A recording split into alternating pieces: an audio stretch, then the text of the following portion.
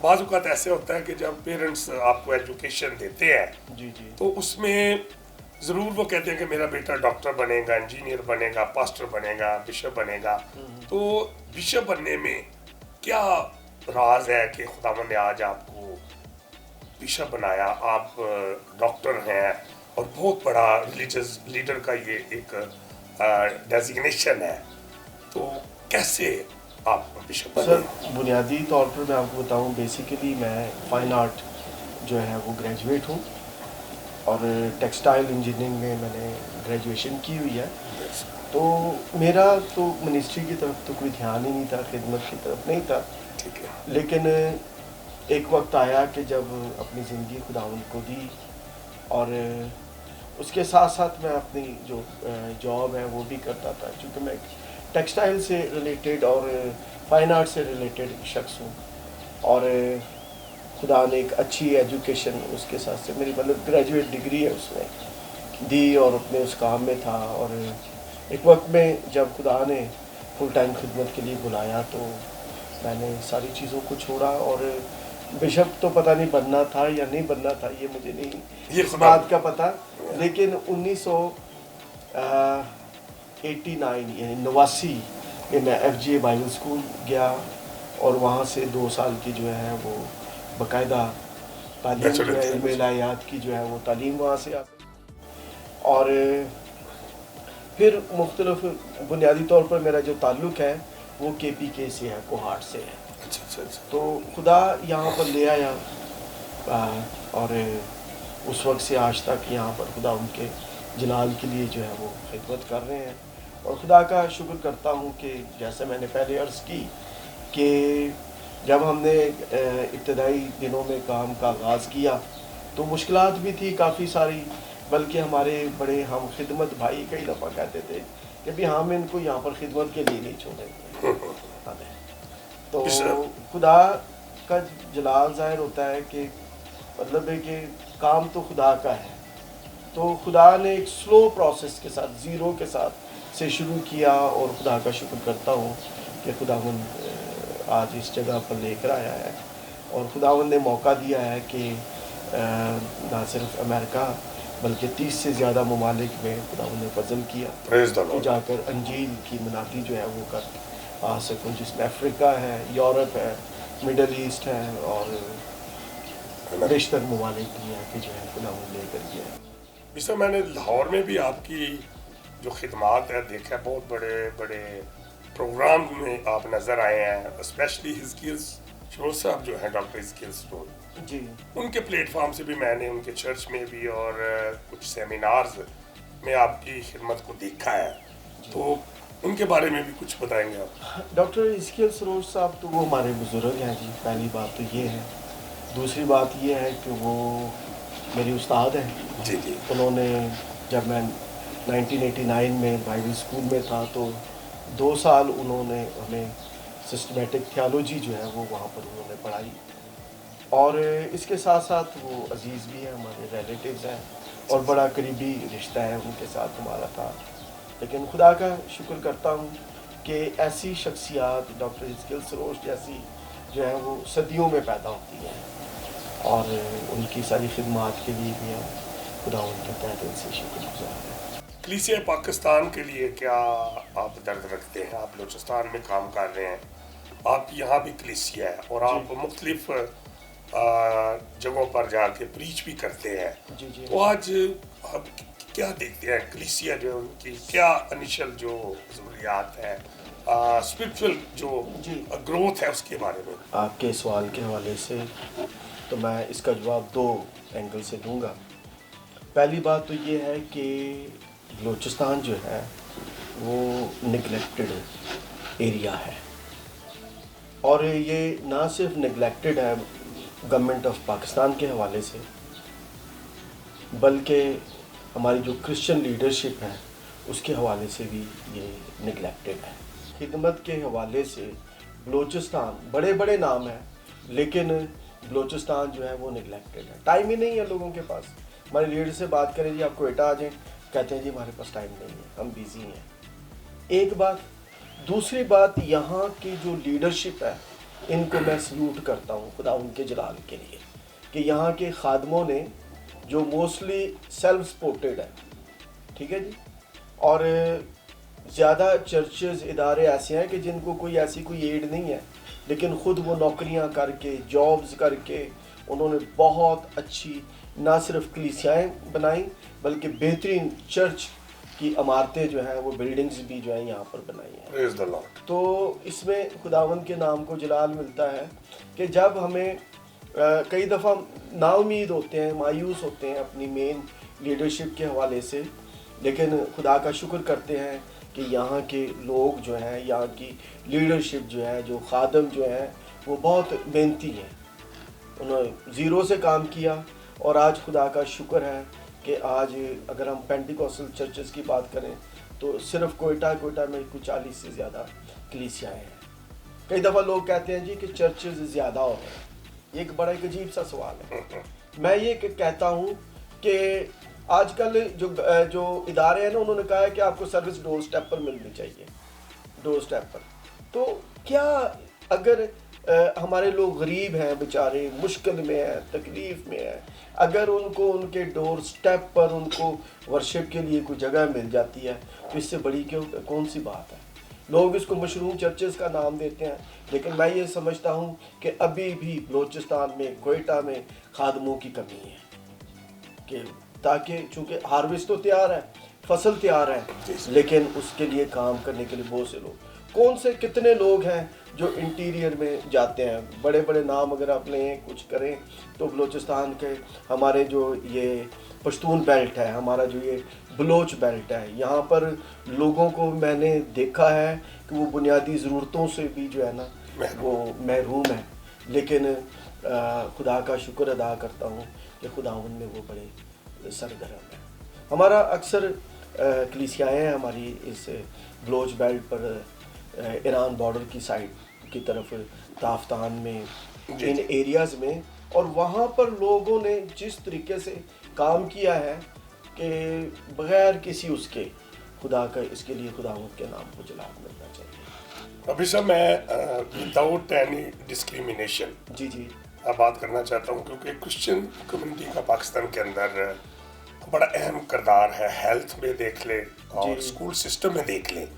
تو بلوچستان میں یہ دونوں کے بارے میں آپ کچھ بتانا پسند کریں گے کہ اسکول سسٹمز، کیونکہ بہت میں دیکھتا ہوں کہ بلوچستان کے اندر بھی ہائی کوالیفائڈ لوگ جو ہیں وہ یہاں سے پڑھ کر آگے بڑے بڑے منصب پر آئے ہیں، جن میں مسلم بھی ہیں، کرسچنز بھی ہیں، ڈفرینٹ نیشن سے ہیں. تو آپ اپنے اسکولز کے بارے میں بتائیں کوئٹہ کے اندر. جو دیکھیں سر، بات یہ ہے بھائی صاحب کہ ہیلتھ ایجوکیشن اس میں تھرو آؤٹ کنٹری، میں تو یہ بلوچستان کی بات نہیں کرتا، پورے پاکستان، تھرو آؤٹ کنٹری میں یہ کہوں گا کہ جتنا بڑا کنٹریبیوشن کرسچن کمیونٹی کا ہے وہ کسی کا بھی نہیں ہے. ہمارے اسکولوں کی مطلب اگر بڑے بڑے نام اگر آپ دیکھیں تو ہمارے جو ہے کرسچن ادارے ہیں جنہوں نے، اور اس میں پھر جو بڑے بڑے نام ہیں، آج ملک کے پریزیڈنٹ بنے، ملک کے وزیر اعظم بنے، وہ ہمارے اداروں سے نکلے ہوئے لوگ ہیں. تو یہاں پر اگر نہ صرف پنجاب میں، نہ صرف سندھ میں، اور بلوچستان میں بھی ایسا ہی ہے. ہمارے بہت سارے ادارے ہیں یہاں پر، سکولز ہیں، اور انہوں بہت بڑا کام کر رہے ہیں. اس کے لیے خدا ان کا شکریہ ادا کرتے ہیں. اور یہاں کے بہت سارے گورنرز اور چیف منسٹر اور دیگر وزراء جو ہیں ہمارے مسیحی اداروں سے جو ہیں وہ پڑھ کر یہاں سے نکلے ہیں. ہمارے پاس یہاں پر کرسچن ہاسپٹل ہے، اس کی اگر ہم خدمات پر غور کریں تو بہت زیادہ ہیں. اور صرف یہی نہیں بلکہ ہماری جو کرسچن کمیونٹی ہے، میں خدا کے جلال کے لیے بتانا چاہتا ہوں، میں بات کر رہا تھا کہ نگلیکٹڈ ہے، لیکن یہاں کے لوگ نگلیکٹڈ ہونے کے باوجود ویل سیٹلڈ، ویل ایجوکیٹڈ ہیں اور گورنمنٹ کے اچھے عہدوں پر جو ہیں وہ فائز ہیں. صاحب آپ نے 2-3 دفعہ کہا کہ نگلیکٹڈ ہے. جی تو میں سمجھتا ہوں کہ ریجیکٹڈ نہیں ہے by the grace of God, کیونکہ یسوع کا کام کر رہے ہیں، خداوند کے نام سے کام کر رہے ہیں. تو خداوند کے فضل سے میں ان کے لیے ہم دعا گو بھی ہیں. میں بشپ صاحب اپریشیٹ کرتا ہوں گورنمنٹ آف پاکستان کو اور تمام سیکیورٹی ایجنسیز کو جنہوں نے بڑا ایکٹیو رول کیا اگینسٹ ٹیررزم.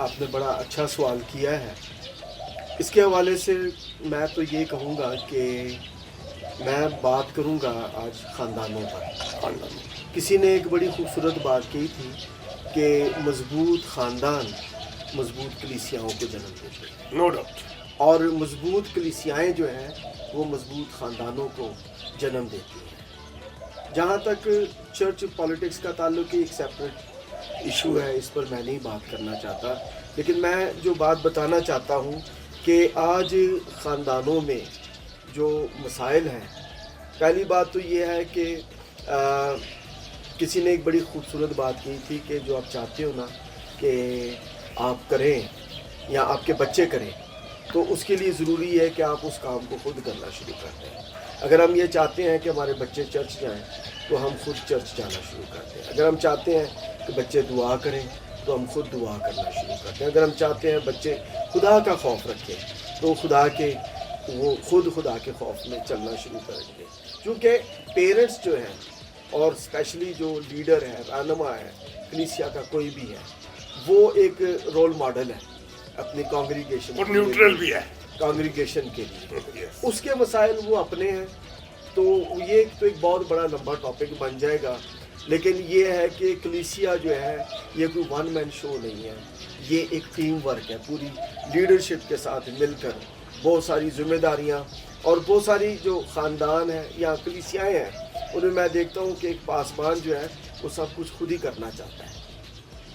لیکن میں یہ سمجھتا ہوں کہ اگر ہم اسی کام کو مختلف لوگوں کو ڈیوائیڈ کر دیں, تھوڑا بانٹ دیں, تو وہ اس کو زیادہ اچھے طریقے سے کریں گے. وہ پرابلمس ہیں, ہر ایک کے اپنے ایشوز ہیں, لیکن اس کو جو بہتر اپنے آپ کو سمجھتے ہیں. لیکن میں ایٹ دا اینڈ میں صرف ایک بات کرنا چاہتا ہوں, اپنے سننے والوں کو, دیکھنے والوں کو ایک میسج دینا چاہتا ہوں کہ اپنے بچوں کو خدا کے گھر میں لایا کریں. اگر وہ خدا کے گھر میں نہیں لائیں گے تو وہ کہیں اور جائیں گے. ان کو خدا کا کلام پڑھنا سکھائیں. اگر آپ ان کو خدا کے کلام پڑھنا نہیں سکھائیں گے, خدا کے کلام کی طرف ان کا دھیان نہیں دیں گے, تو پھر ان کا دھیان کسی اور جگہ کی طرف. بائبل مقدس میں لکھا ہے نا کہ لڑکے کی اس راہ میں تربیت کر جس پر اسے چلنا ہے, وہ بوڑھا ہو کر بھی نہیں ملے. ڈاکٹر لیاقت کیسر صاحب جب میں بائبل اسکول میں تھا تو انہوں نے ایک بڑی خوبصورت بات, انہوں نے جب وہ فیملی لائف پر ٹیچنگ دے رہے تھے کرتے, انہوں نے کہی کہ خاندان جو ہے, گھرانہ جو ہے, اس کے لیے اور خاص طور پر خادم کے لیے جو اہم بات جو ہے کہ کسی بھی ایماندار کے لیے اس کی جو پریارٹی جو ہونی چاہیے وہ خدا ہونا چاہیے. پہلی خے جو ہے وہ خدا ہونا, اس کو فوکس کریں جی. دوسری جو خے اس کی زندگی میں ہونی چاہیے وہ اس کا خاندان ہونا چاہیے. جو ترتیب ہے خدا, خاندان, اور اس کے بعد اگلی تیسری جو خے ہے وہ آپ کی خدمت ہے, وہ آپ کی جاب ہے, آپ کا بزنس ہے, what ever any person is doing, جو کچھ وہ کر رہا ہے وہ اس کا ہے. لیکن جب ہم ان پریارٹیز کو تبدیل کر دیتے ہیں کہ جو خدمت ہے اس کو اوپر لے آتے ہیں, تو گھر میں نہ تو بچے پڑھ سکتے ہیں, گھر میں ابتری بے ترتیبی ہوتی ہے اور بہت سارے مسائل اٹھتے ہیں. بزرگ پادری صاحب ازکیل سرور صاحب کو کہتے ہوتے تھے کہ جب پادری منادی کے لیے آتے ہیں نا تو گھر سے پوچھتے ہیں نا کہ کیا پکا ہوا ہے, تو وہ کہتے ہوتے تھے جی منادہ پکا ہے, کھا لیں. یہ بزرگوں نے یہ بات کہی. تو کہنے کا مطلب اگر خادم جو ہے پہلی اس کی ترجیح جو ہے خدا کے بعد اگر کوئی ترجیح ہے تو اس کا گھرانہ ہے. سر بہت خوبصورت آپ نے بات کی کہ ٹاپ پرائرٹی خدا کو دینی چاہیے. جی. تو ایک بات اور میں آپ کی بات کو سیکنڈ کرتا ہوں. آپ کلیسیا کی جو کچھ ٹپس تھے کہ جو ان کی جو پراسپیرٹی اور جو بحالی ہے دوبارہ سے, جو مطلب لوگ ری ٹریک ہو گئے ہوئے ہیں, مطلب اپنی ہی جو کہہ لیں کہ اچھے ڈیسیژن نہیں انہوں نے دیے, تو کلیسیا کئی ایسی ہیں جو ڈوب گئی ہیں, کلیسیا ختم ہو گئی ہیں. تو آپ کچھ ٹپس دیں جس سے پراسپیرٹی آئے اور ریسٹور ہو سارا ماحول دوبارہ. دیکھیں سر, میں اس حوالے سے یہ کہوں گا, اگر آپ, میں خدا ان کا شکر کرتا ہوں کہ سارے پاکستان میں جاتے ہیں, آپ کا پروگرام, وہ ساری چیزیں آپ کلیسیاؤں کو دیکھتے ہیں. بات یہ ہے کہ بہت سے خاندان کلیسیائیں ایسی ہیں جس میں سنڈے اسکول ہے ہی نہیں ہے. دوسری بات یہ ہے کہ ہمارے پاس بچوں کے لیے کوئی پلاننگز نہیں ہے، کوئی منصوبہ بندی نہیں ہے کہ ان بچوں نے کلیسیا میں کرنا ہے کیا ہے۔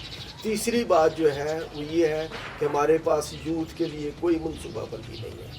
آج خادم جو ہے وہ کانسنٹریٹ بس ایک اتوار کی عبادت پر کرتے ہیں، اتوار کی عبادت کی اور دیگر پروگرامز کیے، دیٹس آل۔ تو اس کی وجہ یہ ہے کہ چونکہ ہمارے پاس بچوں کے لیے کوئی پروگرام نہیں ہے، کلیسیاؤں میں خادموں کے پاس نوجوانوں کے لیے نہیں ہے، تو ہم دیکھیں کہ آج کلیسیاؤں میں نوجوان جو ہیں وہ دن بدن کم ہو رہے ہیں، چونکہ ہم ان بچوں کی اور نوجوانوں کی مینٹیلٹی کے حساب سے ہمارے پاس کچھ ہے نہیں ہے۔ تو ہم تو مطلب بوڑھے ہو گئے نا، ہم تو مر جائیں گے، ٹھیک ہے، ختم ہو جائیں گے، لیکن آنے بات والی یہ جو ہے کہ نسلیں ہیں، اگلی نسل جو ہے اس کے لیے ہمارے پاس کیا ہے؟ تو ہمارے پاس ہمیں فوکس جو ہے وہ بچوں پر، آج فوکس بچوں پر کریں گے، کل کی وہ یوتھ بنے گی، اور اس کے بعد اگلے وہ اس کلیسیا کے وہ ستون ہوں گے۔ تو ہمیں یہاں سے، چونکہ میں پہلے بھی بات کر رہا تھا کہ بائبل میں لکھا ہے کہ لڑکے کی اس راہ پر اسے چل میں وہ بوڑھا ہو کر دوں گا۔ تو بچپن سے سٹارٹ فرام دا بچپن جو ہے چائلڈہڈ، اسی پتہ ہے کہ اسی بھائی صاحب جڑا مقولہ پڑھایا سی کہنے ہیں کہ وڈا ہو کے آپ ہی سیکھ جائے گا، تو وہ جڑے بچپن چ نہیں سیکھتے وہ بڑے ہو کے تو استاد اسی لیے بنے ہیں کہ ہم ان کو ٹیچ کریں۔ ہاں جی، دیٹس گریٹ، بہت اچھا۔ We should have a plans for our children and for our youth. میں اس پر ترجیح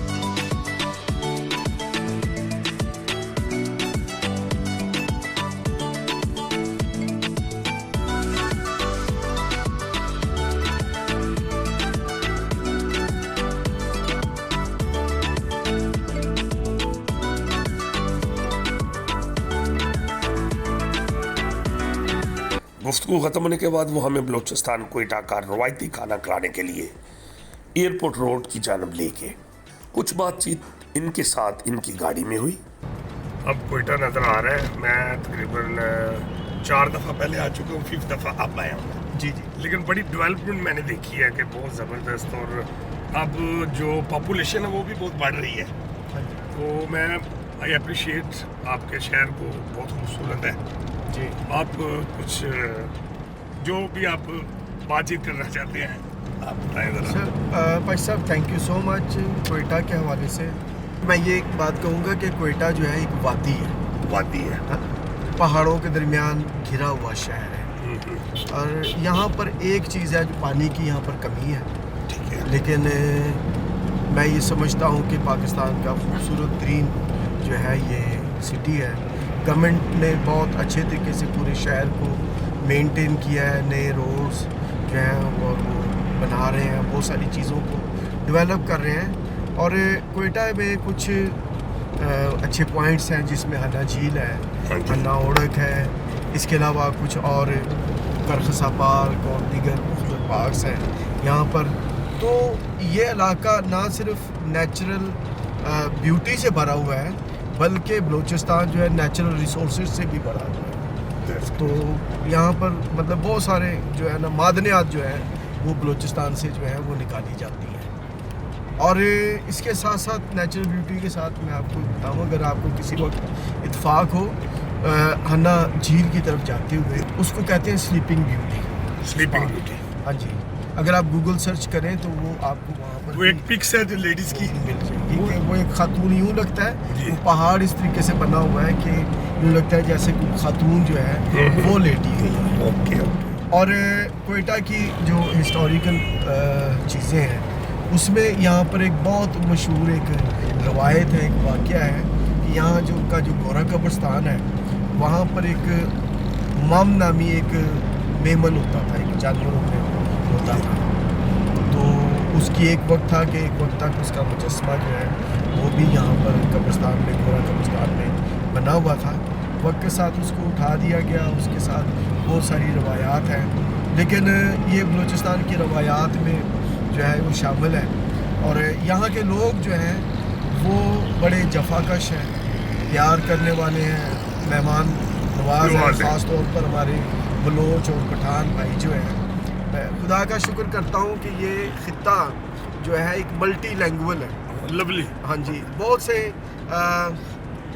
قدرتی وسائل کے ساتھ ساتھ یہاں پر مختلف زبانیں بولنے والے لوگ جو ہیں یہاں پر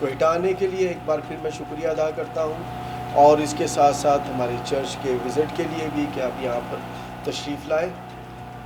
چرچ بس خدا نے ایک آئیڈیا دیا، ایک خیال دیا، جی جی تو بات صرف اتنا میں بتانا چاہتا ہوں کہ جب اس کو ہم لوگ بنا رہے تھے، یہ میں ڈیزائننگ کر رہا تھا، آج اس کی بیک گراؤنڈ جو ہے نا یہ پرپل کی ہوئی ہے، تب یہ بلیک تھی اور اینٹیں جو ہے یہ ٹائلز جو تھیں پیچھے ٹیڑھی میڑھی لگی ہوئی تھی، تو لوگ حیران ہوتے تھے، سوچتے تھے کہ بشپ صاحب ہے تسی کرن کی ڈے یہ تو کوئی نظر ہی نہیں آ رہے کی یہ وہ نہیں۔